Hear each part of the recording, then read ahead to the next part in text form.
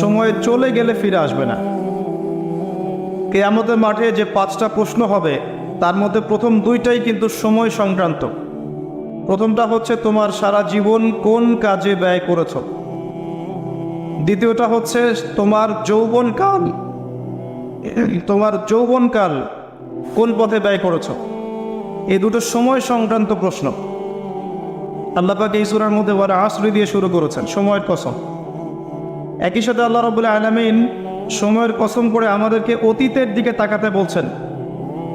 অতীতের দিকে তাকিয়ে দেখো যে প্রত্যেক যুগে যুগে আল্লাহ পাক নবী রাসূল প্রেরণ করেছেন, আসমানি কিতাব নাজিল করেছেন। প্রত্যেক যুগে যুগে যারাই আল্লাহ এবং তার রাসূলের অবাধ্য হয়েছে আল্লাহ পাক দুনিয়াতেও ধ্বংস করেছেন, পরকালেও ধ্বংস করবেন। এই কথার কোনো ব্যত্যয় আছে? প্রমাণ নেন, নূহ আলাইহিস সালাম 950 বছর দাওয়াত দিয়েছেন, কিছু মানুষ ইসলাম কবুল করেছে, বাকিরা করেনি। যারা করে নাই আল্লাহ পাক তাদেরকে ধ্বংস করেননি। কি দিয়ে ডুবিয়ে দিয়েছিলেন? প্লাবন দিয়ে। এমনকি নূহ আলাইহিস সালামের স্ত্রী সন্তান পর্যন্ত ঈমান আনে নাই। এনেছে? আনে নাই। এখান থেকেও শিক্ষা আছে যে আমরা যারা আদর্শ পরিবার করতে চাই, এমন হতে পারে যে পরিবারের সকল সদস্য সবাই কথা শুনবে না, এমনটাও হতে পারে। এতে হতাশ হওয়ার কিছু নেই। তখন আপনাকে নিজের চিন্তা করতে হবে, আলাইকুম আনফুসাকুম, নিজের নফসের ফিকির করতে হবে।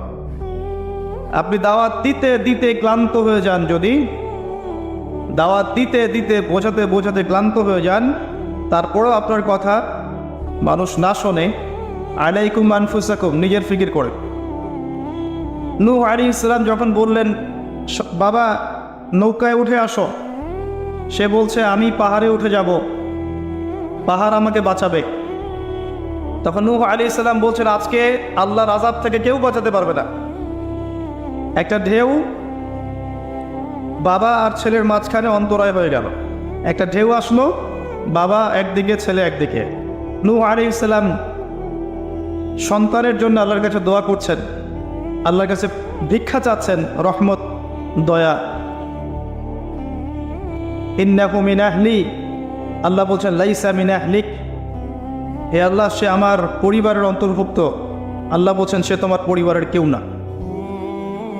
আল্লাহর কাছে দেশ, ভাষা, রক্ত, বর্ণ, জাতীয়তাবাদ কোনো কিছুর কোনো মূল্য নাই, ইল্লাত তাকওয়া, শুধু তাকওয়ার মূল্য আছে।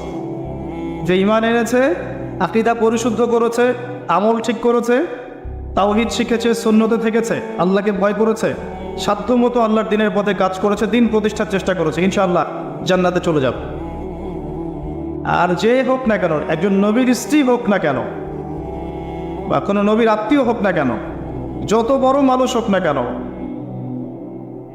যত বড় ধনী হোক, যত সম্পদশালী হোক, যত শৌর্যবীর্য ক্ষমতার অধিকারী হোক, যত কিছু থাকুক না কেন, ঈমান না থাকলে, আমল না থাকলে, তাকওয়া না থাকলে তাকে কেউ আল্লাহর আযাব থেকে বাঁচাতে পারবে না। পারবে? এটা মৌলিক কথা। আসলে মাহফিলে অনেক কথার প্রয়োজন নাই। আমার কথা বুঝতে পারছেন? অনেক বেশি কথার প্রয়োজন নাই। অল্প কিছু কথা যদি আপনার মনে আসার করে, দিলে আসার করে, যথেষ্ট।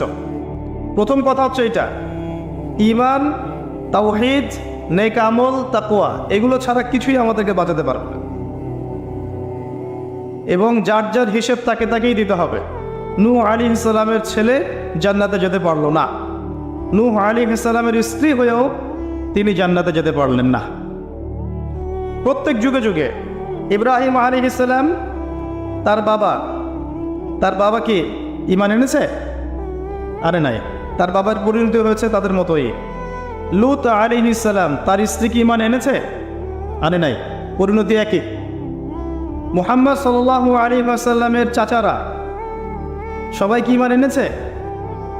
তার বংশের মানুষ সবাই কি ঈমান এনেছে? অনেকেই তো তার সাথে শত্রুতা করেছে, করে নাই? আবু লাহাব তার চাচা নন? আবু লাহাব ঈমান এনেছে? চাচা হয়েও সে পার পেল না।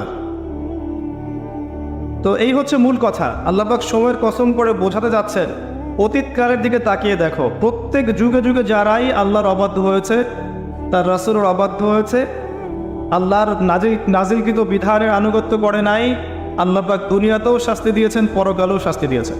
একই সুন্নাহ প্রত্যেক যুগে যুগে। আরেকটা বিষয় আমাদের বুঝে আসে, সেটা হলো ওয়াল আসরি দিয়ে আল্লাহ পাক শেষ জামানার মানুষদেরকে সতর্ক করছেন বেশি। কারণ শেষ জামানার মানুষেরা সবচেয়ে বড় ফিতনার মধ্যে থাকবে, সবচেয়ে বেশি বেশি ফিতনা থাকবে এই জামানার মধ্যে। ব্যক্তি জীবনে ফিতনা থাকবে, ধর্মে ফিতনা থাকবে, পরিবারে ফিতনা থাকবে, সমাজে থাকবে, বিশ্বে থাকবে, সমস্ত ক্ষেত্রে ফিতনা থাকবে। ফিতনা দিয়ে ভর্তি। কিন্তু মানুষ মনে করবে তারা খুব ভালো কাজ করছে, মানুষ মনে করবে তারা খুব ভালো ভালো আমল করছে, কিন্তু এগুলো ফিতনার মধ্যে ডুবে আছে। আপনি দেখবেন এখন তাওহীদের মধ্যে শিরক ঢুকে গেছে, সুন্নতের মধ্যে বেদাত ঢুকে গেছে।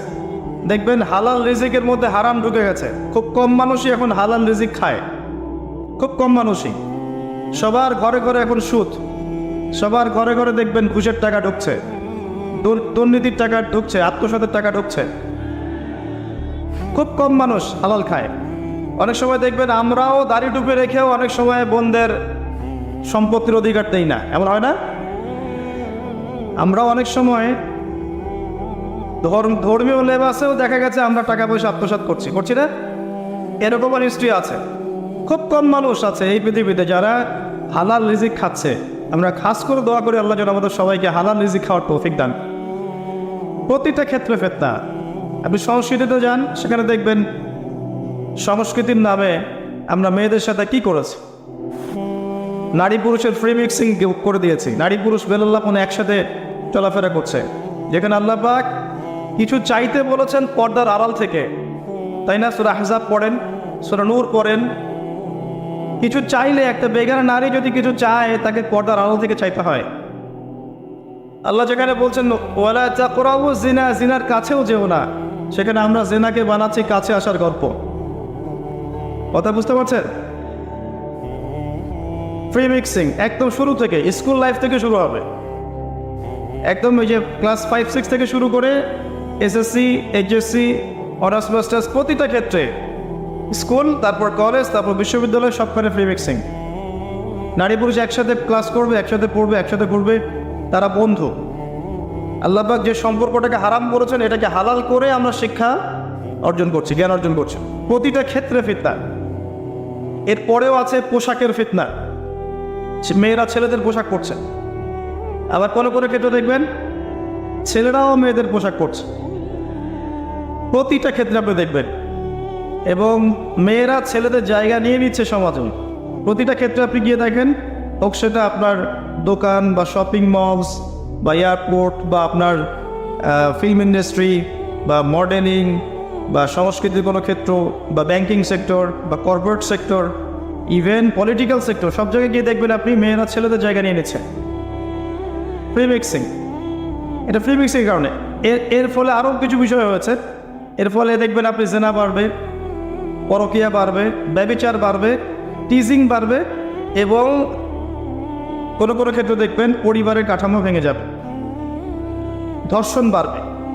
এর উপরেও আছে আপনার এই যে নগ্ন ফিল্মস। এই ফিল্মসগুলো দেখার মধ্য দিয়ে এবং গোপনে গোপনে এই পাপের সংস্কৃতিতে লিপ্ত থাকার মধ্য দিয়ে মানুষ ভিতর থেকে পশু হয়ে যাচ্ছে। প্রতিটা ক্ষেত্রে, অর্থনীতি বলেন, সংস্কৃতি বলেন, আপনার পরিবারের দিকে তাকিয়ে দেখেন, ফিতনায় ভর্তি, পরিপূর্ণ। পরিবারের কর্তারা এখন ইব্রাহিমের মতো নয়। পরিবারের সন্তান সন্ততি কোরআন সুন্নাহ বোঝে না, ওযুর ফরজ বোঝে না, নামাজ কালাম ঠিক মতো পড়ে না। পরিবারের মেয়েরা দেখবেন পর্দা করে না। পরিবারে তালিম নাই, হৃদ্যতা, ভালোবাসা নাই, ইল্লা মাশা আল্লাহ। এর বাইরে আল্লাহর কিছু বান্দা আছেন, তাদের কথা ভিন্ন। ম্যাক্সিমাম পরিবারের অবস্থা। পরিবারের উপার্জনের ঠিক নাই, কোন পথে টাকা ঢুকছে পরিবারে ঠিক নাই। ঢুকলেই হলো, হালাল হোক আর হারাম হোক, এই হচ্ছে আমাদের টার্গেট। এনিহাও যে কোনোভাবে আমাকে একটা জমি কিনতে হবে, বাড়ি করতে হবে, গাড়ি করতে হবে, স্ট্যাটাস বাড়াতে হবে, যেভাবেই হোক আমাকে এগুলো অর্জন করতে হবে। এই হচ্ছে আমাদের জীবনের উদ্দেশ্য। এখন ওয়ার্ল্ড অ্যাফেয়ার্সে গিয়ে তাকিয়ে দেখেন, যে ইন্নাল ইনসানা লাফি খুসর, মানুষ অবশ্যই ক্ষতির মধ্যে আছে। আল্লাহ পাক বলেছেন এই পৃথিবীতে মানুষের ক্ষতি দুই রকম হয়, ইহকালীন এবং পরকালীন। দুনিয়াতে যত করাপশন বা দুর্নীতি, এর মূল কেন্দ্র হচ্ছে মানুষ। প্রতিটা ক্ষেত্রে মানুষ ফিতনা ফাসাদ সৃষ্টি করেছে। আল্লাহ কথাটা বলেছেন যাহারাল ফাসাদু ফিল বাররি ওয়াল বাহরি বিমা কাসাবাত আইদিন নাস। জলে স্থলে যত বিপর্যয় ছড়িয়ে পড়েছে এটা মানুষের হাতের কামাই, মানুষের হাতের কামাই। এমনকি আমরা পরিবেশটাকেও নষ্ট করে ফেলেছি, আবহাওয়াকেও নষ্ট করে ফেলেছি, জলবায়ু নষ্ট করে ফেলেছি, পানির স্তর নিচে নামিয়ে দিচ্ছি, অপচয় করেছি। কোনো সেক্টর বাকি রাখি নাই ফাসাদ সৃষ্টি করতে। সামনে একটা বড় ফাসাদ অপেক্ষা করছে, আল্লাহ ভালো জানেন।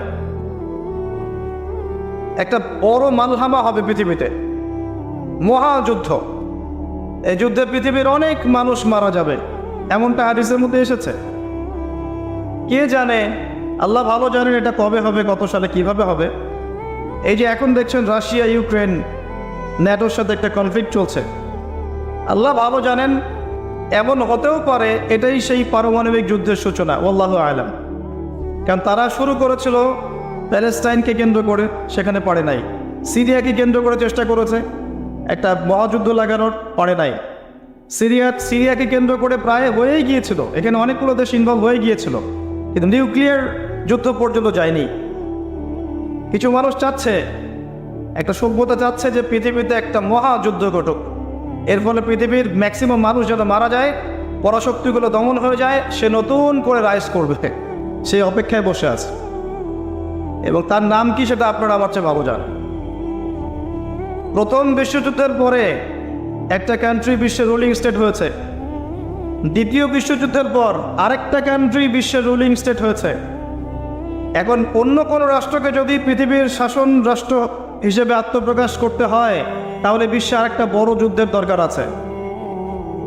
জ্ঞানী মানুষ ইশারা বুঝবেন, তারা এই চেষ্টাই করছে। এভাবে বিশ্বের পরাশক্তিগুলোকে তারা লড়িয়ে দেওয়ার চেষ্টা করছে, এবং পিছন থেকে তারা দাবার গুটি চালছে, তারা সামনে আসবে না। এগুলো তারা বুঝবে যাদের দু চোখ আছে, খিদর আলাইহিস সালামের মতো। তারা বুঝবে না, লাহুম কুলুবুন লা ইয়াফকাহুনা বিহা ওয়া লাহুম আযানুন লা ইয়াসমাউনা বিহা ওয়া লাহুম আ'য়ুনুন লা ইউবসিরুনা বিহা উলাইকা কাল আনআম বাল হুম আদাল। এই শ্রেণীর মানুষ এগুলো বুঝবে না। তো পৃথিবীর প্রতিটা ক্ষেত্রে ফাসাদ মানুষ সৃষ্টি করেছে, আর মানুষের জন্য এই পৃথিবীর ক্ষতি অপেক্ষা করছে, পরকালীন ক্ষতি অপেক্ষা করছে। মানুষ বুঝতে পারছে না যে এর ফলে কি হতে পারে। মেডিসিন বন্ধ হয়ে যেতে পারে, পরিবেশের মধ্যে অক্সিজেনের লেভেল কমে যাবে, ফ্রেশ বাতাস পাবে না মানুষ, ফ্রেশ খাবার পাবে না, ইকোনমি পড়ে যাবে, তেলের দাম বেড়ে যাবে, প্রেশিয়াস জিনিস পাবেন না, নিত্য প্রয়োজনীয় জিনিসের দাম বেড়ে যাবে। একটা ব্যাটল অনেক কিছু নষ্ট করে ফেলে, একটা যুদ্ধ বিশ্বের প্ল্যাটফর্ম চেঞ্জ করে ফেলতে পারে। আর যদি সেটা কোনো নিউক্লিয়ার যুদ্ধ হয় তাহলে তো কথাই নাই, যেখানে বোম একটা পড়বে শেষ, ম্যাসাকার। আর এখনকার নিউক্লিয়ার ওয়েপেন্সগুলো ওই জাপানের হিরোশিমা নাগাসাকির মতো নয়, এখনকারগুলো আরও অনেক শক্তিশালী। একটা বোমা একটা রাষ্ট্রকে উড়িয়ে দেওয়ার জন্য যথেষ্ট, মানুষ কঙ্কাল ছাই হয়ে যাবে, কিচ্ছু করতে পারবে না। আর যেসব রাষ্ট্রের এই ক্ষেপণাস্ত্র প্রতিরক্ষা ব্যবস্থা নাই, তাদের অবস্থা তো আরও অবস্থা খারাপ। কথা বুঝতে পারছেন না? ক্ষেপণাস্ত্র প্রতিরক্ষা ব্যবস্থা থাকে, কেউ যদি মিসাইল ছোড়ে সেটাকে আকাশেই ধ্বংস করা যায়। সেই প্রতিরক্ষা ব্যবস্থা যাদের নাই, তাদের কি অবস্থা হবে চিন্তা করতে পারে। এই মালহামায় মুসলিমরাও জড়িয়ে যাবে, কারণ বিশ্ব এখন একটা, যেটা আমরা বলি যে গ্রামের মতো, ভিলেজ, একটা ওয়ার্ল্ড ভিলেজ, বিশ্ব একটা গ্রামের মতো হয়ে গেছে এখন। একদিকে ঢিল পড়লে আরেকদিকে প্রভাব পড়বে, তাই পুরো বিশ্ব একটা পরিবারের মতো হয়ে গেছে। একদিকে সমস্যা সৃষ্টি হলে সমস্ত বিষয়ের দিকে ইফেক্ট হবে, প্রত্যেকটা রাষ্ট্র ইফেক্টেড হবে। তো কেউই আমরা ক্ষতি থেকে মুক্ত নই, না দুনিয়ার ক্ষতি না পরকালে। আর পরকালের ক্ষতি তো আপনারা আমার চেয়ে ভালো জানেন। মানুষের জন্য অপেক্ষা করছে পরকালের সওয়াল জবাব, কবরের আযাব, মিজান, পুলসিরাত, জান্নাত, জাহান্নাম। ইন্নাল ইনসানা লাফি খুসর। তারপরেও মনে হয় আমাদের চালচলন দেখলে যে ক্ষতি আমাদেরকে স্পর্শ করবে না। আমাদের ব্যাপারটা একটা এমন যে আরে অন্যদিকে কি হয় হোক, আমি তো ভালো আছি। যখন সব কিছু নষ্ট হয়ে যায় তখন নিজেও ভালো থাকা যায় না, থাকা যায়? যখন সব কিছু নষ্ট হয়ে যায় তখন নিজেও আর ভালো থাকা যায় না। তো আমাদের ভাগ্যেও ক্ষতি অপেক্ষা করছে, এটা সময়ের ব্যাপার মাত্র। এখনও যদি আমরা সচেতন না হই, নিজেদের ফিউচারের চিন্তা না করি, নিজেদের আমল, আকিদা, পরিবার, রিজিক এগুলোকে না গুছিয়ে নেই, তাহলে সমস্যা আছে। আমরা কি সমস্যায় পড়তে চাই? আল্লাহ পাক আমাদের সবার আকীদাকে পরিশুদ্ধ করুন, আমিন। বেশি থেকে বেশি নেক আমল করার তৌফিক দান করুন, আমিন। আমাদের পরিবারগুলোকে আল্লাহ পাক জান্নাতি পরিবার রূপে কবুল করে নিন, আমিন। সবাইকে আল্লাহ পাক হালাল রিজিকের ব্যবস্থা করে দিন। দ্বীন ইসলামকে প্রতিষ্ঠা করার তৌফিক আল্লাহ পাক আমাদেরকে দান করুন। এবার আসেন, আল্লাহ 4টা কাজের কথা বলেছেন এই সূরার মধ্যে, ইন্নাল্লাযীনা আমানু ওয়া আমিলুস সলিহাত ওয়া তাওয়াসাউ বিল হক ওয়া তাওয়াসাউ বিস সবর। এই 4টা কাজ যে মুমিনরা করতে পারবে, মুসলিমরা করতে পারবে, আল্লাহ পাক তাদেরকে ফিতনা থেকে বাঁচিয়ে রাখবেন ইনশাআল্লাহ তাআলা। 1 নম্বর কাজ ঈমান। ঈমানের পিলার কয়টা? 3টা? 6টা? কয়টা? ইসলামের পিলার 5টা, ঈমানের পিলার কয়টা? 6টা। আল্লাহর প্রতি বিশ্বাস 1 নম্বর, ফেরেশতাগণের প্রতি বিশ্বাস 2 নম্বর, 3 নম্বর আসমানি কিতাব সমূহে বিশ্বাস, 4 নম্বর নবী রসুলগণে বিশ্বাস, 5 নম্বর পরকালে বিশ্বাস, ওয়াল ইয়াউমিল আখির, পরকালে বিশ্বাস, আর 6 নম্বর হচ্ছে তাকদীর বা ভাগ্যের ভালো মন্দের প্রতি বিশ্বাস। এগুলোকে 3টা কাজ করতে হয়। মনে বিশ্বাস করতে হয়, মুখে স্বীকৃতি প্রদান করতে হয়, এবং কাজে বাস্তবায়ন করতে হয়। কেউ যদি খালি বলে, মুখে বলে লা ইলাহা ইল্লাল্লাহ, কাজ নাই, চলবে? এই 3টা হচ্ছে আমাদের ঈমানকে টিকিয়ে রাখার মূল মন্ত্র। মনে বিশ্বাস, মৌখিক স্বীকৃতি এবং কাজে বাস্তবায়ন। আল্লাহ পাক আমাদের সবাইকে এটা করার তৌফিক দান করুন। এই ঈমান আনার পরে আমলে সালেহ করতে হয়। আমলে সালেহ কি জিনিস? সহজ কথায় বলছি, কোরআন এবং সুন্নায়, কোরআন এবং হাদিসে আল্লাহ এবং তার রাসূল সাল্লাল্লাহু আলাইহি ওয়াসাল্লাম যতগুলো কাজ করতে বলেছেন সেগুলো করা হচ্ছে আমলে সালেহ। এবং কোরআন এবং সুন্নায় আল্লাহ এবং তার রাসূল যত বিষয় থেকে নিষেধ করেছেন সেগুলো থেকে দূরে থাকাও হচ্ছে আমলে সালেহ। কথা কি বোঝা যায়? যেমন আল্লাহ পাক সালাত আদায় করতে বলেছেন 5 ওয়াক্ত, আদায় করি তো আমরা, এটা আমলে সালেহ। আল্লাহ পাক যাকাত দিতে বলেছেন, নেশাব পরিমাণ সম্পত্তি হলে যাকাত দেই তো আমরা, এটা আমলে সালেহ। দেখছেন ভয়েস কমে গেছে। যাকাত সবাই দেন? সবাই যাকাত দেয় না। সবাই যদি যাকাত দিত, বাংলাদেশের যাদের যাকাত ফরজ হয়েছে এরা যদি সবাই ঠিকঠাক যাকাত দিত, অথবা যাকাত আদায় করা যেত সবার কাছ থেকে, বাংলাদেশের একটা মানুষ না খেয়ে মারা যেত না। চ্যালেঞ্জ করলাম, একটা মানুষ হলো ইনশাআল্লাহ তাআলা, ইনশাআল্লাহ তাআলা। এবং ওই চায়না রাশিয়া যে বড় বড় প্রকল্পগুলো করে, ওর চেয়ে বড় প্রকল্প আমরা করতে পারতাম ইনশাআল্লাহ। আমাদের সম্পদের অভাব হতো না। আমরাই তো যাকাত দেই না, আমরাই তো ট্যাক্স দেই না, কর দেই না, আমরাই তো ফাঁকিবাজি করি, দুর্নীতি করি, আমরাই আমাদের সম্পদ লুটে পুটে খাই। তখন গিয়ে বাইরের বিশ্বের কাছে আমাদেরকে লোন নিয়ে আসতে হয়, ওয়ার্ল্ড ব্যাংকের কাছে, IMF এর কাছে। আবার সেই লোন শোধ করতে হয় চড়া সুদে। ওই সুদ আপনার পকেট থেকে যায়, আমার পকেট থেকেই যায়। দাঁড়িয়ে টুপি রেখে ভাবছেন যে সুদ খান না, সবাই সুদ খাই। কে বলেছে সুদ খান না? ওয়ার্ল্ড অ্যাফেয়ার্স বোঝেন না। তাই আমরা যদি সবাই যাকাত দিতে পারতাম, এই চায়না, রাশিয়া, আমেরিকার দাঁড়ানোর ক্ষমতা ছিল না আমাদের সামনে। প্রতিটা সেক্টরে আমরা উন্নতি করতে পারতাম, শুধুমাত্র ইকোনমিক সেক্টরে না, সমরাস্ত্র ক্ষেত্রে, মিলিটারি ক্ষেত্রে, অস্ত্রশস্ত্রের ক্ষেত্রে, প্রযুক্তির ক্ষেত্রে, প্রত্যেকটা সেক্টরে বাংলাদেশ হতো সুপার পাওয়ার ইনশাআল্লাহ তাআলা। এটা সম্ভব ছিল, আমরা করতে দেইনি, বিকজ আমরা আমাদের যাকাত দেইনি। আমরা আমাদের অর্থনীতিকে সমৃদ্ধ করার চেষ্টা করি নাই। একটা জাতির অর্থনীতি একটা বেসিক জিনিস। ইকোনমিক সেক্টর যদি ডেভেলপ না হয়, আপনি যতই তাকবীর মারেন, নারায়ে তাকবীর, আল্লাহু আকবার, কিছু করতে পারবেন না। এটা বাস্তবতা। শুধু আইওয়াস শোডাউন করে লাভ নয় তো, প্র্যাকটিক্যাল হন।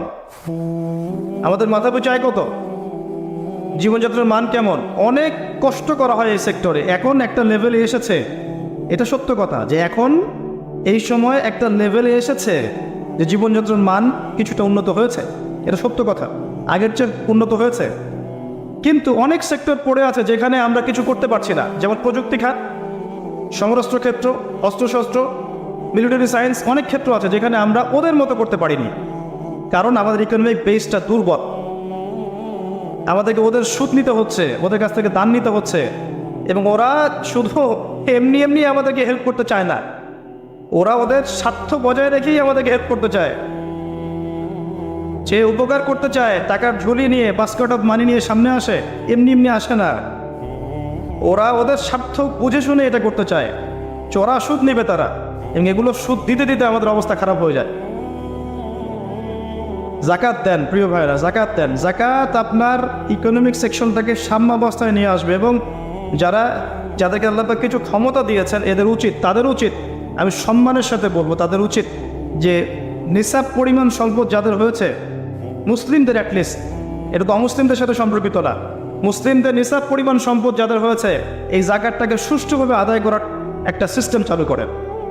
দেখবেন ইনশাআল্লাহ তাআলা ইকোনমিক সেকশন অনেক ডেভেলপড হবে ইনশাআল্লাহ আযজা ওয়া জাল। আমরা আমাদের টাকা দিয়ে চলবো। আমাদের দেশে কি ফলে না বলেন তো? এমন কোন জিনিস আছে যেটা আমাদের দেশে ফলে না? কোন মৌলিক চাহিদা, খাদ্য, বস্ত্র, বাসস্থান, চিকিৎসা, শিক্ষা, কোন সেক্টরটাতে আমরা পিছিয়ে আছি বলেন তো? প্রতিটা জিনিস আল্লাহ পাক এই বাংলাদেশকে উজাড় করে দিয়েছেন। ভালো করে চিন্তা, সমুদ্র আছে আপনার, নদী আছে আপনার সবুজ শ্যামল মাঠ দিয়ে ভর্তি, আপনার ধান, গম, পাট, কত কি যে হচ্ছে বাংলাদেশে, অবাক করা বিষয়। এই দেশের মাটিতে অনেক বড় বড় আল্লাহর ওলিরা এসেছিলেন, জানেন? অনেক বড় বড় দোয়া করেছেন তারা দেশের জন্য, এই জায়গার জন্য। জায়গাটা এমনি এমনি তো সুযোগে সফল হয়নি। আল্লাহর বান্দারা যখন এখানে তাওহীদে থাকবে, সুন্নতে থাকবে, ইসলামে থাকবে, আল্লাহ আসমান জমিনের বরকতের দরজা খুলে দেবেন ইনশাআল্লাহ। এখন পর্যন্ত এখানে বহু বরেণ্য উলামা কেরাম আছেন। আল্লাহকে সেজদা করা মানুষের অভাব নাই, মানুষ ৫ ওয়াক্ত নামাজ পড়ে, মানুষের মধ্যে ইসলামের প্রেম আছে, মহব্বত আছে। রমজান মাসে তারা আরও বেশি মুসল্লি হয়ে যায়। অনেক দুর্বলতা আছে, কিন্তু আমাদের দেশের মানুষ ইসলামকে ভালোবাসে না, কোরআনকে ভালোবাসে। আল্লাহ পাক রহমতের প্রতিটা দরজা খুলে দিয়েছেন দেশের জন্য। মাটি উর্বর, আপনার সাগর আছে, গ্যাস পাওয়া যাচ্ছে, কয়দিন পর তেল পাওয়া যাবে, আর অনেক কিছুই পাওয়া যাবে। যদি আমরা আমাদের ক্ষেত্রে সৎ হতাম, আমরা আমাদের সম্পদ কাজে লাগাতে পারতাম, জাকাত দিতাম ঠিকঠাক মতো, কেউ দুর্নীতি করতাম না, কোনো দেশের কাছে লোন নেওয়ার কোনো প্রয়োজন ছিল না আমাদের, আমরা আমাদের মতো করে চলতে পারতাম, সর্বোচ্চ বিষয়গুলোকে বোঝানোর চেষ্টা করতে পারি বা মানুষকে দাওয়াত প্রদান করতে পারি, এতটুকু। আল্লাহ পাক আমাদেরকে বোঝার তৌফিক দান করুন। প্রতিটা ক্ষেত্রে আমরা উন্নতি করতে পারবো যদি আপনি সালাতে আসেন, জাকাতে আসেন, ইসলামে আসেন, কোরআন সুন্নায় আসেন। কি বলছিলাম? ইমানের 6 পিলারে 3টা কাজ: মনে বিশ্বাস, মৌখিক স্বীকৃতি, কাজে বাস্তবায়ন, তারপরে আমলে সালেহ। প্রতিটা কাজ যা আল্লাহ এবং তার রাসূল করতে বলেছেন করলেই আমলে সালেহ। যেমন নামাজ, আমলে সালেহ; যাকাত, আমলে সালেহ। আপনি সামর্থ্য হলে হজ করবেন, আমলে সালেহ; ওমরা করবেন, আমলে সালেহ। রমজান মাস আসছে সামনে, রমজানে 30টা রোজা রাখবেন, তারাবির সালাত করবেন, কোরআন খতম দেবেন, সব কি আমলে সালেহ। আমরা দোয়া করি আল্লাহ পাক যেন আমাদের সবাইকে রমজানে পৌঁছে দেন এবং বেশি থেকে বেশি রমজানে আমল করিয়ে গুনাহ মাফ করানোর তৌফিক আল্লাহ পাক আমাদেরকে দান করে দেবেন। প্রতিটা কাজ, পিতামাতার খেদমত করা, আপনার পরিবারের সন্তানকে সুসন্তান রূপে মানুষ করা, এমনকি স্ত্রীর মুখে খাবার তুলে দেয়া, অন্য মুসলিম ভাইয়ের সাথে হাসি মুখে সাক্ষাৎ করা, এমনকি মোসাফা করা, প্রতিটা কাজই কি আমলে সালেহ। ছোট থেকে ছোট কাজ আমলে সালেহ। মুসলিম ভাইকে দেখেছেন, হাসি মুখে সালাম দিয়েছেন, আমলে সালেহ। আপনি স্ত্রীকে মহব্বত করে খাইয়ে দিয়েছেন, আমলে সালেহ। গার্লফ্রেন্ডকে খাওয়ালে আমলে সালেহ হবে না, স্ত্রীকে খাওয়াতে হবে।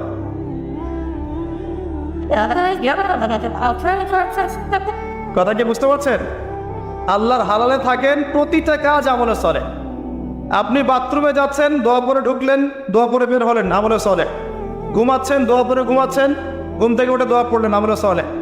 প্রতিটা কাজ, একটা কাজও বাদ নাই। পোশাক পরছেন, পোশাক পরে দোয়া পড়েন, আমলে সালেহ। ঘর থেকে বের হচ্ছেন, ঘর থেকে বের হওয়ার দোয়া পড়েন, আমলে সালেহ। কি চাচ্ছেন?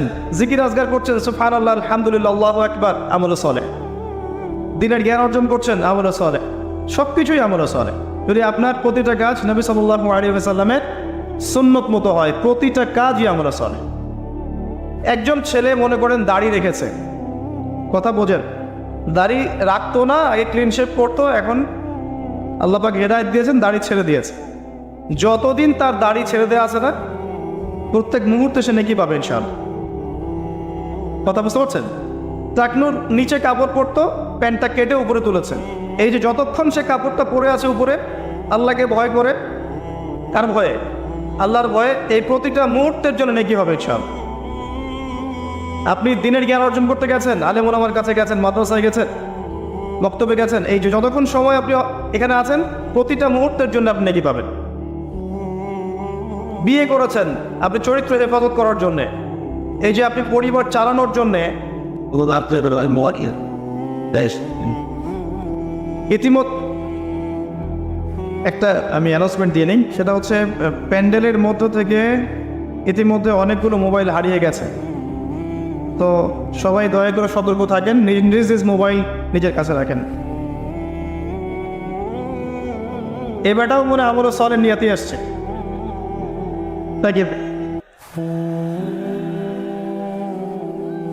শোনো ভাই, যে কাজগুলো করেছো যদি আল্লাহকে ভয় করে থাকো, চুপচাপ যেখান থেকে নিয়েছো চুপচাপ রেখে চলে যাও, না হলে তোমার জন্য অপেক্ষা করছে পরকাল একটা শাস্তি। আল্লাহ পাক কিয়ামতের মাঠে ওঠার সাথে সাথে তোমার ডান হাত কবজি পর্যন্ত কেটে দেবে, খুব সতর্ক। আর এই কথাটা আল্লাহ পাক আমার মুখ দিয়ে বের করালেন, তোমার কানে কিন্তু পৌঁছেছে, তুমি দাওয়াত পেয়েছো, সতর্ক আমি করেছি। চুরির শাস্তি কবজি পর্যন্ত হাত কেটে ফেলা। আমাদের চুরির শাস্তি গণধোলাই দেওয়া হয় না, এটা ঠিক না, এটা গায়ে আইন হাতে তুলে নেবেন না। শাস্তি হাত কেটে ফেলা এটা ইসলামিক লস, এখানে বাস্তবায়িত নাই, কিন্তু এটা লস। আল্লাহ পাক এটা করবেন কিন্তু পরকালে, সতর্ক সাবধান থাকবেন। আর সিসকে চোরকে আর কত পিটাবেন? আপনার আমার মাথার উপরে তো অনেক বড় বড় চোর বসে থাকে, তখন কি করবেন? কোটটাই স্যুট পরে মানুষকে লুটছে, যত বেশি বাহ্যিক চাকচিক্য তত বড় প্রতারণা করা হয়, লুটপাট করা হয়। এগুলো তো আপনি কিছু করতে পারবেন না। যে ভাই এই কাজ করেছেন, আল্লাহর ওয়াস্তে এই বিষয়গুলো রেখে চলে যান, গোপনে রেখে চলে যান। ইনশাআল্লাহ আল্লাহ পাক আপনার পাপকে গোপন করে দিবেন, আল্লাহ আপনাকে মাফ করে দিবেন। আল্লাহকে ভয় করে এগুলো রেখে চলে যান। যদি আপনি এই হারাম টাকা নিজের পেটে ঢোকান, জাহান্নামের আগুন পেটে ঢোকাবেন। আল্লাহ পাক বোঝার তৌফিক দান করুন। আসেন, আমি লম্বা সময় আলোচনা করতে পারবো না, আমি গুটিয়ে নেব। আমরা আমলে সালেহের কথা বলছিলাম। প্রতিটা কাজ যদি আপনি নবী সাল্লাল্লাহু আলাইহি ওয়াসাল্লামের সুন্নাহ মতো করেন, আমলে সালেহ হবে। চরিত্র রক্ষা করার জন্য আপনি বিয়ে শাদী করেছেন, পরিবারকে ভরণ পোষণ করাচ্ছেন, এমনকি স্ত্রীর সাথে যে মিলিত হচ্ছেন, এটাও আপনার নেকি হবে ইনশাআল্লাহ। প্রতিটা কাজ। একই সাথে আরেকটা পয়েন্ট বলবেন না, কোরআন এবং সুন্নাতে আল্লাহ পাক যত বিষয়কে নিষেধ করেছেন, এই নিষেধগুলো বর্জন করার নামও কিন্তু আমলে সালেহ। শুধুমাত্র নেকি কাজ করব আর পাপ কাজ ছাড়বো না, এমনটা কিন্তু আমলে সালেহ নয়। যেমন আল্লাহ পাক শিরিক করতে নিষেধ করেছেন, শিরিক না করা আমলে সালেহ। কুফরি করতে নিষেধ করেছেন, কুফরি না করা আমলে সালেহ। আল্লাহ পাক বেদাত করতে নিষেধ করেছেন, বেদাতি আমল না করা কি আমলে সালেহ। আল্লাহ পাক হারাম খেতে নিষেধ করেছেন, হালাল খাওয়া আমলে সালেহ। আল্লাহ পাক পর্দা করতে বলেছেন, বেপর্দায় না চলা আমলে সালেহ। আল্লাহ পাক জেনার ধার কাছেও যেতে নিষেধ করেছেন, তাই চরিত্র রক্ষার জন্য বিয়ে করা কি আমলে সালেহ। প্রতিটা কাজ যা আল্লাহ করতে বলেছেন করা আমলে সালেহ, রাসূল করতে বলেছেন সাল্লাল্লাহু আলাইহি ওয়াসাল্লাম করা আমলে সালেহ। সেই প্রতিটা কাজ যা আল্লাহ এবং তার রাসূল নিষেধ করেছেন, সেগুলো না করাও আমলে সালেহ। মনে থাকবে কথা। আমাদের একটা সমস্যা বলি এখন, আমরা যেটা করি সেটা হলো আমরা অনেক ভালো কাজ করি ঠিকই, কিন্তু আল্লাহর হারামগুলোকে ছাড়তে পারি না। কথা ঠিক না বেঠিক? দেখবেন নামাজ পড়ি 5 ওয়াক্ত, সুদ ছাড়তে পারি না, আছে না? আমরা যাকাত, আমরা দান সাদাকা করি মাঝে মাঝে, ফরজ যাকাত দেই না। দেখবেন যে তাহাজ্জুদ পড়ছে বাবা, মেয়ে বেপর্দায় করে বেড়াচ্ছে, আছে না? বছর বছর হজ উমরা করছি, এদিকে আল্লাহর হালালকে হারামও করছি, আল্লাহর হারামকে হালাল করছি। এই কাজগুলো আমরা করি না। আমরা অনেক সময় ভালো অনেক কাজ করি, দান সাদাকা করি, নফল দান সাদাকা করি, জুমার নামাজে যাই, ঈদের নামাজে যাই, হ্যাঁ, প্রতিবেশীর খোঁজ নেই, মানুষকে রক্ত দেই, চিকিৎসার জন্য কাজ করি, শিক্ষা ক্ষেত্রে কাজ করি, অনেক কিছুই করি আমরা ভালো কাজ, কিন্তু আল্লাহর নিষেধগুলো কিন্তু ছাড়ি না। আল্লাহর নিষেধটা ছাড়া সবচেয়ে বড় কথা, কারণ নেক আমল করা সহজ, আল্লাহর নিষেধ ছাড়াটা খুবই কঠিন, এটা মনে রাখবেন। নেক আমল করা সহজ, আল্লাহর জন্য কিছু ছাড়া অনেক কঠিন, অনেক কঠিন। আল্লাহ পাক আমাদেরকে ছাড়ার তৌফিক দান করুন। এরপর আল্লাহ পাক বলেছেন ওয়াতাওয়াসাউ বিল হাক্কি ওয়াতাওয়াসাউ বিস সাবর, যারা হকের উপদেশ দেয় পরস্পরকে, একে অপরকে হকের উপদেশ দেয়। হকটা কি জিনিস? হকটা কি? এর সংজ্ঞা কে দিবে? আমি দিব না, আপনি দিবেন না, আল্লাহ দিবে? কার সংজ্ঞা দিবেন? হকটা কি কে বলবে, কে বুঝাবে? আল্লাহ বুঝাবেন। আল্লাহ বলছেন হকের সংজ্ঞা, সূরা কাহফ। আজকে জুমার রাত না? সূরা কাহফ অবশ্যই পড়বেন। সূরা কাহফের ফজিলত আপনাকে আল্লাহ পাক মাসিহুদ দাজ্জালের ফিতনা থেকে বাঁচাবে ইনশাআল্লাহ। এই সূরার 29 নম্বর আয়াতে গিয়ে দেখবেন আল্লাহ পাক হকের সংজ্ঞা দিয়েছেন। আল্লাহ পাক বলেছেন ওয়াকুলিল হাক্কু মির রাব্বিকুম, হক সেটাই, ভালো করে শোনেন, হক সেটাই, সত্য মিথ্যার মানদণ্ড সেটাই, ন্যায় অন্যায়ের মানদণ্ড সেটাই, জ্ঞানের মানদণ্ড সেটাই, ঠিক আছে, যেটা তোমার রবের পক্ষ থেকে নাজিল হয়।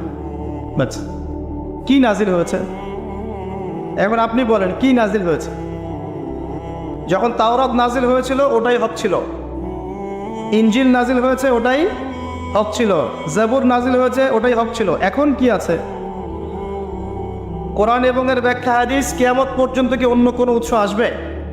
অন্য কোনো নবী আসবেন? আর কোনো রসুল আসবে? গোলাম আহমেদ কাদিয়ানী যতই বলুক, সে কি নবী হয়ে যাবে? সুবহানাল্লাহ। মানুষ, কিছু মানুষ এখন তাদেরকেও নবী বলে গ্রহণ করছে।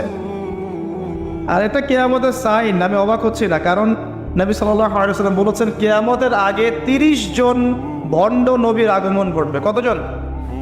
তার মধ্যে 4 জন হচ্ছে মহিলা, তার মধ্যে 4 জন কে? মহিলা, বাকিরা পুরুষ। তো এই হলো অবস্থা। নবী সাল্লাল্লাহু আলাইহি ওয়াসাল্লামের ঠিক পরেই আবু বকর রাদিয়াল্লাহু আনহু যুগেও একাধিক খণ্ড নবীর আগমন ঘটেছিল, এখনো হচ্ছে। এরপরে কিয়ামত পর্যন্ত কোন নবী আসবে? নবীর ওয়ারিশগণ থাকবে। নবীর ওয়ারিশ কারা? উলামায়ে কেরাম, তারা নবীর ওয়ারিশ। এবং আমার নাসিহা হচ্ছে আপনি কোরআন এবং সুন্নাহটাকে তাদের সোহবতে গিয়ে পড়েন এবং বোঝেন। এটা সবচেয়ে বেশি ইম্পর্ট্যান্ট, কারণ কোরআন এবং সুন্নাহ তাদেরকে দেখে শিখলে আপনি ভালো শিখতে পারবেন। এবং এটা হচ্ছে সেই নববী সুন্নাহ। এখানে গিয়ে আপনি দেখতে পারেন, একজন সাধারণ মানুষ হিসেবে আপনি দেখতে পারেন যে অনেকের মাঝখানে হয়তো ইখতিলাফ আছে, ঠিক আছে, মতপার্থক্য আছে। এই মতপার্থক্যে আপনি ঢুকবেন না। তারা যদি মতপার্থক্য করে এটা তাদের উপর ছেড়ে দেন। আপনি সবাইকে সম্মান করবেন। কথা বুঝতে পারছেন? আপনি সব আলেমদেরকে সম্মান করবেন। হকপন্থী ওলামায়ে কেরাম যারা আছেন সবাইকে আপনি সম্মান করবেন। সবার সাথে আপনি সখ্যতা বজায় রাখবেন। তারা আপোষে কার সাথে কি করছে এটা আপনার দেখার দরকার নেই। কথা বুঝতে পারছেন? উদারভাবে যদি চিন্তা করেন তখন আপনি বুঝবেন যে আমরা সবাই এক এবং আমরা সবাই মুসলিম উম্মার অংশ। কেউ কারো শত্রু নয়, আমরা সবাই একে অপরের ভাই। যদি কেউ আপনাকে ভাই মনে না করে, আপনি তাকে ভাই মনে করেন, ইনশাআল্লাহ ঐক্য হয়ে যাবে। আল্লাহ পাক তৌফিক দান করুন বোঝার। আরেকটা মূলনীতি আছে যে আমি চেষ্টা করি মেনে চলার, যে প্রত্যেকের মাঝে আপনি কিছু ভালো জিনিস পাবেন। যে আপনাকে দু একটা বাজে কথা বলছে বা ভুল বুঝছে বা আপনার সমালোচনা করছে, তার মধ্যেও দেখবেন আপনি দু একটা ভালো জিনিস আছে না? ওইটা আপনি নিয়ে নেন, ওই ভালোটুকু আপনি নেন। সে আপনাকে বকা দিয়েছে, গালি দিয়েছে বা তহমত দিয়েছে বলে তার ভালোটা নিবেন না, এমনটা করেন না। তার ভালোটুকু আপনি নিয়ে নেন উদার মনে। আর প্রত্যেকের মধ্যে আপনি দেখবেন কিছু বিতর্কিত বিষয় আছে, খারাপ, যেটা খারাপ, এই খারাপগুলো আপনি নেবেন না, আপনি এড়িয়ে যাবেন। তখন দেখবেন আপনি সবার মাঝে একটা হৃদ্যতার বন্ধন তৈরি করতে পারবেন, অন্যথায় সম্ভব না। আর আমরা যতই ক্ষমতার দাপট দেখাই না কেন, আমরা যদি ইউনাইটেড না থাকি আমাদের কোনো মূল্য নাই বিশ্বের দরবারে। শোনেন ভাই, আল কোরআনুল কারীমকে অবমাননা করা, একজন অমুসলিম, একজন নাস্তিক বা একজন মুরতাদ কোরআনকে অবমাননা করেছে, এর চেয়ে বড় অবমাননা আমার দৃষ্টিতে এটাই যে কোরআনের একটা সরাসরি বিধানকে আমরা লঙ্ঘন করছি। আপনাকে দেখাচ্ছি। আল্লাহ পাক বলেছেন ওয়া'তাসিমু বিহাবলিল্লাহি জামিআ, এটা প্রথম হুকুম। তোমরা আল্লাহর রজ্জুটা শক্ত করে ধরো, ওয়া'তাসিমু শক্ত করে ধরো, জামিআন ঐক্যবদ্ধভাবে, এভাবে হাতের আঙ্গুলগুলোর মধ্যে কোনো ফাঁক নাই, সেভাবে। সূরা সাফ পড়ে দেখবেন, কান্নাহুম বুনিয়ানুম মারসুস, এভাবে আল্লাহ পাক ধরতে বলেছেন, এভাবে। এটা প্রথম হুকুম। তারপরেই আবার বলেছেন ওয়ালা তাফাররাকু, এরকম হয়ে যেও না। দুটো কথা, ধরো আর বিভক্ত হয়েও না। আমরা ধরিও নাই, বিভক্ত হয়েছে। এখন আপনি বলেন যে কোরআনুল কারীমকে একজন নাস্তিক, একজন মুরতাদকে অবমাননা করেছে, ও তো জানেই না যে কোরআন কি জিনিস। এটা বড় বিষয় না আমি জেনে বুঝে এই যে আয়াতগুলো মানছি না, এটা বড় বিষয়? কার দিকে চোখ তুলবেন আপনি? কার দিকে আঙ্গুল তুলবেন? নিজের দিকে আঙ্গুল তোলেন আগে নিজেদের আখের গোছান। আমি আল্লামা তাকি উসমানী হাফিজাহুল্লাহ একটা বই থেকে একটা আয়াত স্মরণ করাই। একটা আয়াতকে নিয়ে তিনি একটা বই লিখে ফেলেছেন যে ইয়া আইয়ুহাল্লাযীনা আমানু আলাইকুম আনফুসাকুম লা ইয়াদুররুকুম মান দাল্লা ইন ইহতাদাইতুম ইলাল্লাহি মারজিউকুম জামিআন ফায়ুনাব্বিউকুম বিমা কুনতুম তা'মালুন। হে মুমিনগণ, তোমরা আগে নিজেরা নিজেদের নফসকে ঠিক করো, নিজের ঘর নিজে ঠিক করো, নিজের ঘর নিজে ঠিক করো, নিজের নফস নিজে ঠিক করো। আগে নিজের দিকে আঙ্গুল তোলেন। আমাদের দুর্বলতা কোথায়? আমাদের তাওহীদের সমস্যা আছে, সুন্নতে অনেক সময় সমস্যা আছে, রিজিকের সমস্যা আছে, ঐক্য নাই, মিল মহব্বত নাই, ইউনাইটেড প্ল্যাটফর্ম নাই। অন্যের দিকে আঙ্গুল তুলতে যাবেন কি জন্যে? আগে নিজে ঠিক করেন। আলাইকুম আনফুসাকুম, এখানে আমরা কোরআনের সরাসরি বিরোধিতা করেছি, লঙ্ঘন করেছি। এটা কোরআনের আরো বড় অবমাননা আমার দৃষ্টিতে। এজন্যই রিকোয়েস্ট করি যে অ্যাটলিস্ট অর্থগুলো বোঝার চেষ্টা করুন। আপনি তিলাওয়াত তো করবেনই, প্রত্যেক হরফে 10 টাকা পাবেনই, এটাতে তো কেউ বাধা দিবে না। প্রত্যেক হরফে 10 টাকা করে নাকি পাবেন। এই যে আয়াতটা আমি পড়ে শোনালাম, এটার যদি অর্থটা আপনি না জানতেন তাহলে কি এই মেসেজটা পেতেন?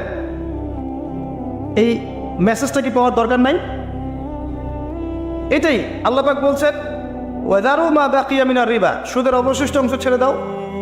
ওয়াইল্লাম তাফআলু, যদি তোমরা এটা না করো ফাআযানু বিহারবিন মিনাল্লাহি ওয়া রাসূলিহি, আল্লাহ এবং তার রাসূলের সাথে যুদ্ধের ঘোষণা শুনে রাখো। আল্লাহ এটা বলছেন, আমি খাচ্ছি। কে অবমাননা করলো বেশি, আমি না নাস্তিক? কে করলো? আর এই যে আয়াতটা আমি পড়ে শোনালাম, এটার যদি আপনাকে আমি অর্থটা না বলতাম, আপনি কি বুঝতে পারতেন? এই অর্থ জানার দরকার নাই। এটাই বোঝাচ্ছে প্রতিটা ক্ষেত্রে। ওয়ালা তাকরাবু জিনা, জিনার কাছেও যেও না। আমরা করছি। আতিউল্লাহ ওয়া আতিউর রাসূল, আল্লাহর আনুগত্য করো, রাসূলের আনুগত্য করো, করছি না। তো আমরা কোরআনের যে আয়াতগুলোকে মানছি না বা আমল করছি না, এটা কি কোরআনের অবমাননা হচ্ছে না?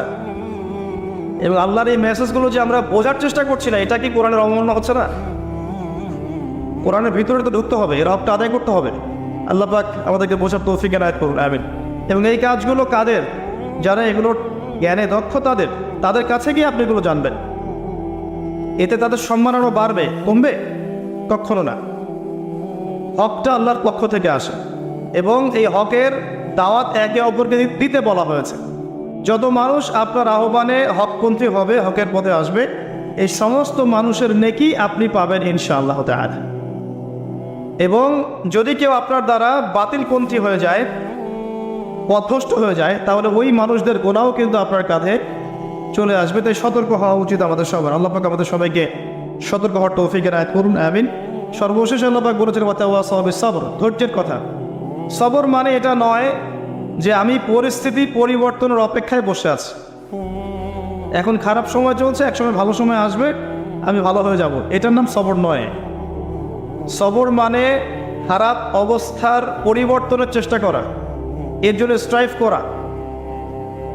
সবরের এক্সাম্পল আপনি নেন, নূহ আলাইহিস সালাম থেকে 950 বছর দাওয়াতি কাজ করেছে। সবরের এক্সাম্পল নেন ইব্রাহিম আলাইহিস সালামের কাছ থেকে, পরিবার ছেড়ে দিয়েছেন, সমাজ ছেড়ে দিয়েছেন, আগুনের পরীক্ষাও দিয়েছেন। সবর নেন ঈসা ইবনে মারইয়ামের কাছ থেকে, আল্লাহ পাক শেষে পৃথিবীতে জায়গায় হয়নি, আল্লাহ পাক তাকে আসমানে তুলে নিয়েছেন।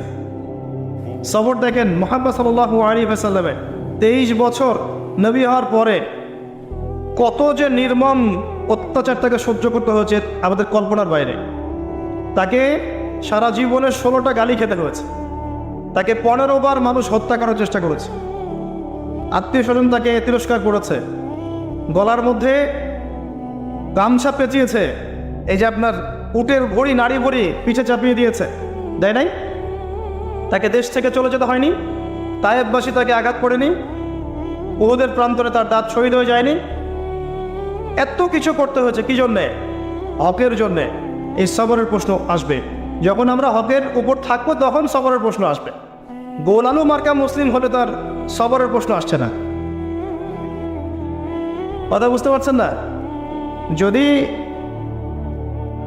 যে বিষয়গুলো নিয়ে কথা বললে বা যেগুলো করলে কোনো সমস্যা নাই, কেউ কিচ্ছু বলবে না, খাওয়ার পর মিষ্টি খাওয়া সুন্নত, তাই না? তাসবিহ তাহলিল করা সুন্নত, তারপরে খাওয়ার আগে বিসমিল্লাহ, খাওয়ার শেষে আলহামদুলিল্লাহ, বাথরুমে যাওয়ার আগে একটা দোয়া, বের হওয়ার সময় পরে একটা দোয়া। এই যে বিষয়গুলো আছে, যেগুলো ইসলামের চরম শত্রুর মুখের উপর বললেও তার কোনো সমস্যা নাই, তখন কোনো বাধার প্রশ্ন আসবে না। যখন আপনি কমপ্লিট ইসলামটাকে সমাজের সামনে উপস্থাপন করার চেষ্টা করবেন এবং এটার জন্য আপনি স্ট্রাইভ করবেন, তখন আপনার হকের পথে বাধা আসবে, তখন সবরের প্রশ্ন আসবে। এবং এই সবরের এক্সাম্পল আমরা নবীদের জীবন থেকে নিতে পারি, রাসূলুল্লাহ সাল্লাল্লাহু আলাইহি ওয়াসাল্লাম সাহাবায়ে কেরামের জীবনী থেকেও নিতে পারি। আল্লাহ পাক আমাদের সবাইকে তার দ্বীনের পথে হকপন্থী হওয়ার তৌফিক দান করুন এবং সবর করার তৌফিক দান করুন, আমিন। এই সূরাটা যথেষ্ট একজন মানুষের শেষ করার জন্যে, তার নফসের যত খারাপ খয়েশাত আছে এগুলোকে দমন করে আল্লাহর সান্নিধ্য লাভ করার জন্য এই একটা সূরাই যথেষ্ট। আমি অনেক লম্বা আলোচনা আজকে করলাম না, শুধুমাত্র মৌলিক কিছু কথা বলছি যে আল্লাহ পাক আমাদেরকে পরকালে উদ্ধারের জন্য এবং দুনিয়াতে সফল হওয়ার জন্য এই সূরার মধ্যে 4টা কাজের কথা বলেছে। আমার সাথে একবার বলেন, প্রথম কাজটা কি? ঈমান। ঈমানের পিলার কয়টা? 6টা। মনে থাকবে? এই 6টাকে কি করতে হবে? মনে বিশ্বাস, মুখে স্বীকৃতি, কাজে বাস্তবায়ন। এরপরে আসবে আমলে সালেহ। আমলে সালেহ কাকে বলে? আল্লাহ এবং তার রাসূলের সমস্ত আদেশ মানা কি? আমলে সালেহ। তার সমস্ত নিষেধ বর্জন করে কি? ঈমান। আমলে সালেহের সাথে লাগবে হকের দাওয়াত। হক কোনটা? যেটা বলেন আল্লাহর পক্ষ থেকে নাজিল হয়েছে, আল্লাহর ওয়াহি। আল্লাহর ওয়াহি এখন কি? কোরআন এবং সুন্নাহ। এই কোরআন সুন্নাহকে আপনি নিজে আমল করবেন, পরিবারে আমল করাবেন, চেষ্টা করবেন সমাজে বাস্তবায়ন করার। আল্লাহ আপনাকে যেখানে সামর্থ্য দিয়েছেন সেখানে আপনি করবেন। আল্লাহ পাক তৌফিক দান। কেউ দাঁড়ানোর চেষ্টাও করি না, কেউ তো হয়তো নামাজের দোয়াও করি না, কেউ কোনো শব্দ উচ্চারণ করি না। প্রথম কয়েকদিন আমরা অনলাইন লেখালেখি করেছিলাম, শেষ, খালাস। অথচ আজকের ঈদের খুশির দিন ওই মজলুম ভাইদের জন্য, আজকে ঈদের খুশির দিন তাদের জন্যে। ওই অবস্থাতেও তারা 30টা রোজা রেখেছে, সাহারি না পেয়েও খাস দিয়ে সাহারি করেছে, ইফতার না পেয়েও পানি দিয়ে ইফতার করেছে। আজকের ঈদের খুশির দিন তাদের জন্য, আমার জন্য না, আমাদের জন্য না। রমাদানে যারা কোরআনের হক আদায় করতে পেরেছিল তাদের জন্য ঈদের খুশি। নিচে থেকে প্রশ্ন করে আসেন, আমরা কি রমাদানে কোরআনের হক আদায় করতে পেরেছি? কতজন ব্যক্তি খতম দিয়েছে? কতজন ব্যক্তি কোরআনটা একটু স্টাডি করার চেষ্টা করেছি, কোরআনের দাওয়াত দিয়েছি, মানুষকে একটু শিখিয়েছি, দার্স দিয়েছি, কোরআন কেন্দ্রিক সময় কাটিয়েছি, বা একটা প্রত্যয় ব্যক্ত করেছি যে আমি সারা জীবন কোরআন মেনে চলবো ইনশাআল্লাহ। কোরআন খতম করার পরে ইমাম সাহেব একটা দোয়া পড়েছে, আমরা এতই হতভাগা জানেন ওই দোয়াটার অর্থ জানেন। ইমাম সাহেব খতমে তারাবির দিন একটা দোয়া পড়েছে শেষ দিনে, আল্লাহুম্মা ইজআলিল কুরআন রাবিআ কুলুবিনা ওয়া নূরা সুদুরিনা اللهم اجعله لنا إماما وهدى ونورا ورحمة واجعله لنا حجة يا رب العالمين। দোয়াটা পড়ে নিও, একা একা এক বচনে যদি পড়া হয় দোয়াটা এভাবে আসে, আল্লাহুম্মা ইরহামনি বিল কুরআনিল আযীম। আল্লাহ কোরআনের ওসিলায় আমাদের রহম করেন। পড়েই নাই, কিসের রহম? হকি আদায় করে দেয়, কিসের রহম? আল্লাহুম্মা ইজআলহু লি, আল্লাহ কোরআনকে আমার জন্য বানিয়ে দেন ইমামান, নেতা, কোরআন হবে আমার নেতা, ওয়া হুদান, আমার হেদায়াত, ওয়া নূরান, আমার আলো, ওয়া রাহমা, এবং দয়া। কি ভারী ভারী শব্দ, কি গভীর ভারী ভারী শব্দ। ওয়াজআলহু লি হুজ্জাতান ইয়া রাব্বাল আলামিন। আল্লাহ কোরআনকে আমার জন্য দলিল প্রমাণ বানায় দেয়। সুবহান। এই দোয়াগুলো আমরা পড়েছি বাংলাদেশী, তারা বিশ্বাসী, কিন্তু কোরআনের হক আদায় করতে পারবে। বাঙালি জাতিকে সতর্ক করছে, যদি এখন পর্যন্ত আমরা সবাই কোরআনের কাছে ফিরে না আসতে পারে, কোরআন পড়া, কোরআন শেখানো, এটা দাওয়াত মানুষের কাছে প্রচার করা, এর আদেশ মানা, এর নিষেধগুলো ছাড়া, এর মধ্যে যা আল্লাহ বলেছেন মানবো, যা নিষেধ করেছেন ছাড়বো, রাসূল হাদিসে যা বলেছেন মানবো, যা নিষেধ করেছেন ছাড়বো, এবং কোরআন কেন্দ্রিক আমরা সমাজ, রাষ্ট্র, পরিবার সব করবো। এই চেতনা যদি আমাদের মধ্যে না আসে, এই চেতনা যদি আমাদের মধ্যে না আসে, আল্লাহর গজব আসার অপেক্ষা করতে লাগে। আজ হোক আর কাল না, গাদান তাও বা আদাবাদিন, আজ অথবা কাল, কাল অথবা পরশু আল্লাহর নজর চলে আসবে, আল্লাহ আমাদের হেফাজত করে দেয়। আল্লাহ পাক আমাদের সবার কলবের মধ্যে কোরআনের প্রতি মহব্বত দান করে দেয়। আল্লাহ পাক আমাদের সবার কলবে কোরআনের প্রতি শ্রদ্ধা দান করেন, ভক্তি সম্মান দান করেন, প্রকৃত আনুগত্য দান করেন, কোরআন কেন্দ্রিক জীবন গড়ার একটা দৃঢ় চেতনা আমাদের মধ্যে দান করে দেয়। ঈদের খুশি আজকে এই ভাইদের জন্য যারা কোরআনের হক আদায় করতে পেরেছে। ঈদের খুশি তাদের জন্য যারা এই সম রাখা অবস্থায় বেশি বেশি দান সদকা করেছে, যাকাত দিয়েছে। যাকাত কয়জন যাকাত দিয়েছে এই পর্যন্ত? মুসলমান নামাজ পড়ে, যাকাত দেয় না। কেউ তো রোজা রাখে, নামাজও পড়ে না। আল্লাহ পাক আমাদেরকে হেফাজত করে না। রোজা রাখে, নামাজ পড়ে না। নবীজি বলছেন, মান তারাকা সালাতান মুতাআম্মিদান ফাকাদ কাফারা।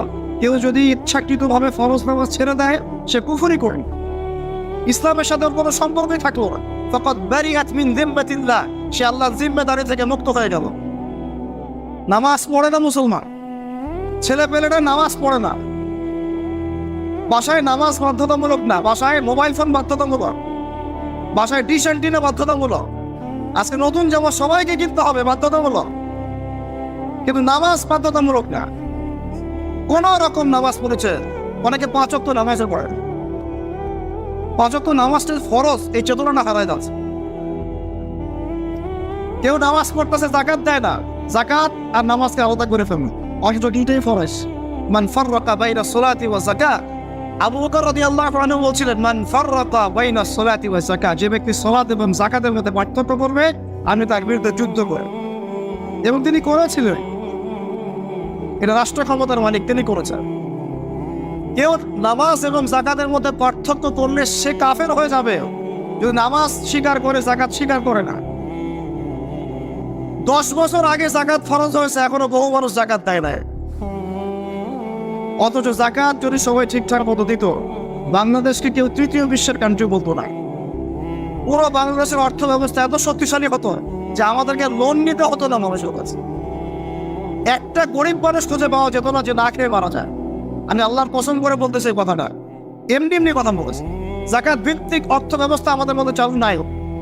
আমরা এটাকে বুড়া আম্বন দেখাইছি একদম। আমরা কোরআন এবং হাদিসে বর্ণিত আল্লাহ পাকের যে বিধান, এগুলোকে বৃদ্ধাঙ্গুল দেখাচ্ছে।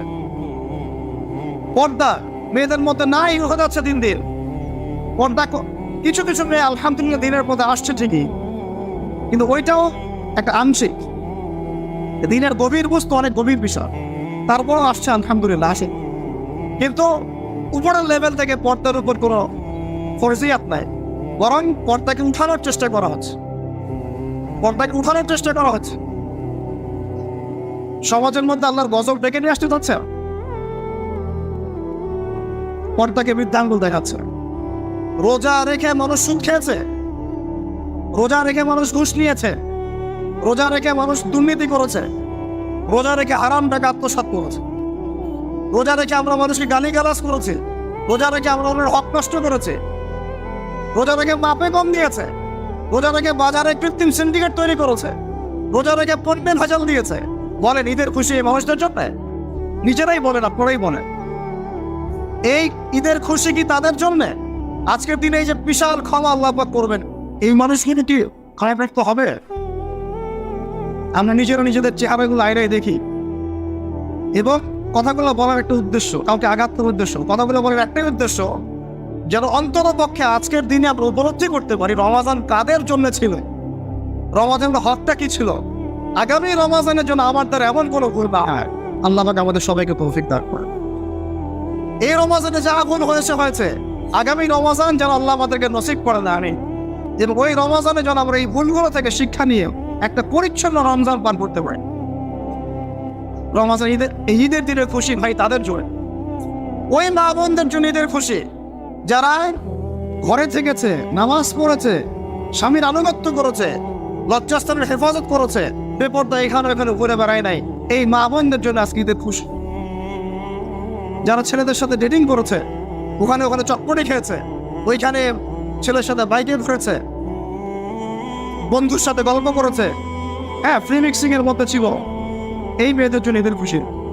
তোমরা নতুন জামা পরো আর নতুন জামাই পর, ঈদের খুশির সাথে তোমাদের হিংসা হবে। রান্না বান্না, রোস্ট, পোলাও, কোরমা, এগুলোর নাম ঈদের খুশি নয়। নবী করিম সাল্লাল্লাহু আলাইহি ওয়াসাল্লাম ঈদের দিনে কোরআন তেলাওয়াত করতেন, তাকবীর পড়তে পড়তে ঈদগাহে আসতেন, বাসায় পরিবারকে সময় দিতেন, নফল নামাজ পড়তেন, এতিমের কোনো কিছু প্রয়োজন কিনা দেখতেন, বিধবার কিছু লাগে কিনা দেখতেন, সমাজের মধ্যে সবাই খেতে পারছি কিনা দেখতেন।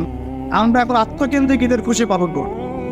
আমি খুশি কিনা, আমাদের চেতনা কেমন এমন, আমি খুশি কিনা, আমি সব পাইলাম কিনা, অথচ অন্য মানুষের খুশিতে যে আল্লাহ খুশি করেন, অন্য মানুষকে খুশি করতে পারলে যে আল্লাহ আমার উপর খুশি হবে, এই চিন্তা আমাদের মতো নয়।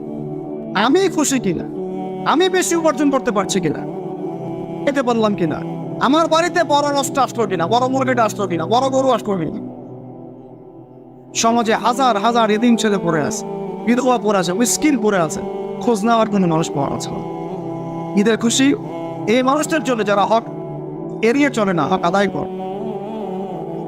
রমজান মানেই ছিল ভাই কোরআন, রমজান মানেই ছিল সংযম, রমাদান মানে ছিল আত্মশুদ্ধি। আত্মশুদ্ধি কি জিনিস? আমি একটু আগে একটা আয়াত তেলাওয়াত করেছিলাম, কদ আফলাহা মান তাযাক্কা ওয়া যাকারা ইসমা রাব্বিহি ফাসাল্লা। আল্লাহ সূরা আনার মধ্যে বলেছেন আজকের এই ঈদের খুশি তাদের জন্য যারা আত্মশুদ্ধি অর্জন করতে পারছে এবং আল্লাহর নাম নিতে নিতে ঈদগাহে এসেছে, সালাত আদায় করেছে। রমাদান মাসে আত্মশুদ্ধি অর্জন করতে পেরেছে কিনা নিজেরা আমরা আত্মসমালোচনা করি। রমাদান মাসটা পার করার পরে আমরা কি আল্লাহকে একটু কাছে পাচ্ছি না আগের অবস্থাতেই আছে? তাহলেই বুঝতে পারবো যে আত্মশুদ্ধি অর্জন হয়েছে কিনা। রমাদান মাস ওই বান্দাদের জন্যে, আজকে ঈদের খুশি ওই বান্দাদের জন্যেই রমাদান মাসে বেশি বেশি দোয়া করতে পেরেছে আল্লাহর কাছে, দোয়া করে গুনাহগুলো মাফ করাতে পেরেছে, চেয়েছে আল্লাহর কাছে, চোখের পানি ফেলেছে, কয়েকজন চোখের পানি ফেলেছে, কত দিন চোখ দিয়ে পানি পড়েছে। 30টা দিন তারাবির তেলাওয়াত শুনেছে, কয়দিন চোখ দিয়ে পানি পড়েছে। 30টা দিন আমরা রাতের বেলা উঠেছি তাহাজ্জুদে, কয়জনের চোখ দিয়ে পানি পড়েছে। আল্লাহর কাছে কান্নাকাটি করে, অনুনয় বিনয় করে, নিজের জন্য, নিজের পরিবারের জন্য, উম্মতের জন্য দোয়া করে, দোয়া কবুল করাই নিতে পেরেছে। এই মানুষদের জন্য ঈদের খুশি। বলেন আমরা আপনারা কি তার মধ্যে আছি? আমাদের ঈদের খুশি ইমানদারদের জন্য। ঈদের খুশি আমি বারবার বলছি, ঈদের খুশি ওই মানুষদের জন্য যারা কোরআনের হক আদায় করতে পেরেছে, রোজার হক আদায় করতে পেরেছে, যাকাত দিয়েছে, বেশি বেশি দান সদকা করেছে, আল্লাহর কাছে কান্নাকাটি করে গুনাহ মাফ করাতে পেরেছে। যে মানুষগুলো তাহাজ্জুদ গুজার ছিল, বেশি বেশি আল্লাহর জিকির করেছে, কোরআন পড়েছে, মানুষকে পড়িয়েছে, এর অনুযায়ী জীবনভরের প্রত্যয় ব্যক্ত করেছে, অন্যের বিপদে পাশে দাঁড়িয়েছে, অসহায় মিসকিনদের পাশে দাঁড়িয়েছে, যাকাত ফিতর আদায় করেছে, সাদাকাতুল ফিতর দিয়েছে। এই মানুষগুলো যখন আজকে তাকবীর পড়তে পড়তে এখানে এসেছে, আল্লাহ রাব্বুল আলামিন তার ফেরেশতাদেরকে বলছেন, হে আমার ফেরেশতারা, আমার এই বান্দারা কি চায়, তাদেরকে আমি কি পুরস্কার দেব?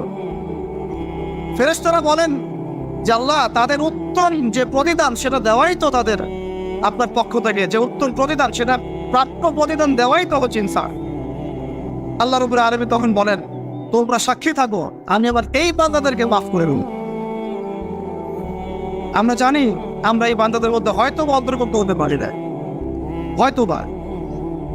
এখন আল্লাহর কাছে আমরা দোয়া করি, আল্লাহ রাব্বুল আলামিন যেন আমাদের সবাইকে রমজান মাসের এই ভুল ত্রুটিগুলো থেকে মাফ করে দেয়। রোজার মধ্যে যে ভুলগুলো হয়েছে আল্লাহ যেন মাফ করে দেয়। এর জন্য বেশি বেশি নফল রোজা রাখতে হবে, বেশি বেশি দান সদকা করতে হবে এবং ইস্তেগফার করে আল্লাহর কাছে ক্ষমা চাইতে হবে। আল্লাহ রোজার মধ্যে আমার দ্বারা এই ভুল হয়েছে, আল্লাহ তুমি মাফ করে দেবেন, ইনশাআল্লাহ আল্লাহ মাফ করে দেবেন ইনশাআল্লাহ। 2, রমজান মাসে আমরা যারা কোরআনকে সময় দিতে পারি না, হক আদায় করতে পারি নাই, এখন থেকে নিয়াত করতে হবে আজকে থেকে কোরআন বন্ধ না, বরং আজকে থেকে কোরআন আবার খোলা শুরু হবে ইনশাআল্লাহ। রমাদান শেষ হচ্ছে বলে একদম খতমে তারাবি হয়েছে, কোরআন বন্ধ, এমন চিন্তা না, বরং আজকে থেকে কোরআন আবার খোলা শুরু হবে ইনশাআল্লাহ। প্রত্যেক দিন আমরা এক পারা করে তেলাওয়াত করবো ইনশাআল্লাহ, কমপক্ষে একটা করে পৃষ্ঠার অর্থ বলবো ইনশাআল্লাহ। এই চেতনা নিজের মধ্যে বদ্ধমূল করে সব পড়াশোনা পরে আগে কোরআন, সমস্ত পড়াশোনা পরে আগে কোরআন। সারা দুনিয়ার মানুষ যদি এর বিরুদ্ধে কথা বলে, দুনিয়ার মানুষই গাদ্দার, আল্লাহর সাথে গাদ্দারি করেছে। সব পড়াশোনা পরে আগে কোরআন, কোরআনের হক আদায় করে দৃঢ় প্রত্যয় আমাদেরকে আজকে শপথ গ্রহণ করতে হবে, আল্লাহ তৌফিক দান করার নিয়াত করতে হবে। কোরআন আমরা প্রত্যেক দিন তেলাওয়াত করবো, রাজি আছি ইনশাআল্লাহ। প্রত্যেক দিন অর্থ করবো ইনশাআল্লাহ। কোরআনের যত আদেশ একবারে বিনা বাক্য ব্যয়ে মেনে নিব ইনশাআল্লাহ। কোনো প্রশ্নেরই দরকার নাই, এটা কেন আর ওইটা কেন। আল্লাহ বলেছেন মেনেছে, নবী বলেছেন বাস খালাস, কোনো প্রশ্ন করার দরকার নেই কেন এটা কেন। 4, কোরআন এবং সুন্নাহর মধ্যে যে নিষেধ, নবী নিষেধ করেছেন, আল্লাহ নিষেধ করেছেন, আমি করবো না, খালাস, শেষ করে। শর্টকাট কোনো টেকনিক নাই জান্নাতে যাওয়ার, এটা হচ্ছে মূলনীতি জান্নাতে যাওয়া। আল্লাহ যা বলেছেন মানি, নবী যা বলেছেন মানি, সামি'না আতা'না, শুনলাম মানি, শেষ খালাস। আল্লাহ যা নিষেধ করেছেন করবো না, নবী যা নিষেধ করেছেন করবো না, খালাস, সামি'না আতা'না, শুনলাম মানো। এই হলো মূলনীতি জান্নাতে যাওয়া। ওই ছোট একটা আমল বলে দেন কি করলে জান্নাতে যাবে, বিষয়গুলো হবে একটা মূলনীতি ফলো করে চলতে হয়। এখন এর মধ্যে যা কিছু করে পড়ুক, আমার পরিবার যদি ওর বিরুদ্ধে যায় যাক, ওর সাথে আমার সম্পর্ক দেয়। আমার সমাজ এর বিরুদ্ধে যায় যাক, ওর সাথে আমার কোনো সম্পর্ক দেয়। আমার রাষ্ট্র কেন পুরো বিশ্ব যদি এর বিরুদ্ধে যায় যাক, ওদের সাথে আমার কোনো সম্পর্ক দেয়। আমার সম্পর্ক কোরআনের সাথে, সুন্নতের সাথে, আল্লাহর সাথে, রাসূলের সাথে, শেষ খালাস। কেউ আমার সাথে থাকলে থাকবে, না থাকলে হয়। এই চেতনা নিয়ে যদি আমরা চলতে পারি ইনশাআল্লাহ আল্লাহ আমাকে রহমত দেবে আসবে। তখন দেখবেন সারা দুনিয়া আমার গোলাম হয়ে গেছে ইনশাআল্লাহ। আল্লাহ পুরো দুনিয়াকে আপনার পায়ের সামনে এনে নতজানু করে দিবেন ইনশাআল্লাহ। আর যদি এগুলোকে আপনি দুনিয়ার স্বার্থে এড়ায় যান, না দুনিয়া তো অন্যদিকে চলে, আমাকে অন্যদিকে চলতে হবে, আল্লাহ পাক এই দুনিয়ার নেশা আপনাকে ডোবায় রাখবেন, ওই দুনিয়া আপনাকে ধ্বংস করে দিবেন। দেখেন না, আজকে থেকে আমরা নিয়াত করবো যে আজকে থেকে কোরআন বন্ধ না, বরং কোরআন খোলা শুরু হবে। আজকে থেকে আমরা দান সৎকার আরো বাড়াই দেবো ইনশাআল্লাহ। আমরা রমজানে যে শিক্ষাটা শিখেছি সারা বছর ধরে রাখবো ইনশাআল্লাহ। এটা একদিনের জন্য না, এক মাসের জন্য না, পুরো জিন্দেগির জন্য আমাদের নিয়াত থাকবে। রমজানে যা শিখেছি পুরো জীবনে এটাকে ধরে রাখবো ইনশাআল্লাহ। আল্লাহ পাক তৌফিক দান করে দেন। শয়তান ছাড়া পেয়ে গেছে, শয়তান এখন উন্মুক্ত। যদিও বা রমজান মাসেও শয়তানের অনুসারীরা উন্মুক্ত ছিল, বড় শয়তান বাধা ছিল, তাদের কি হয়েছে? মানুষ শয়তান আর ছোট শয়তান সবখানেই ছিল, এখন বড় শয়তান মুক্ত। সে আবার আমাদেরকে আল্লাহর পথ থেকে বিচ্যুত করার চেষ্টা করবে। আমরা তাকওয়া অর্জন করেছিলাম, সংযমে হয়েছিলাম, সে আমাদের তাকওয়া নষ্ট করার চেষ্টা করবে, আমাদের সংযম নষ্ট করার চেষ্টা করবে। আমরা নামাজে কিন্তু মনোযোগী হয়েছিলাম, কিছুটা হলেও সে আমাদের নামাজ থেকে এখন দূরে সরানোর চেষ্টা করবে। আজকের দিনেই সে ওয়াসওয়াসা দিবে, জোহরের নামাজে দেওয়ার জন্য তার আহরণ কোনো দরকার নেই।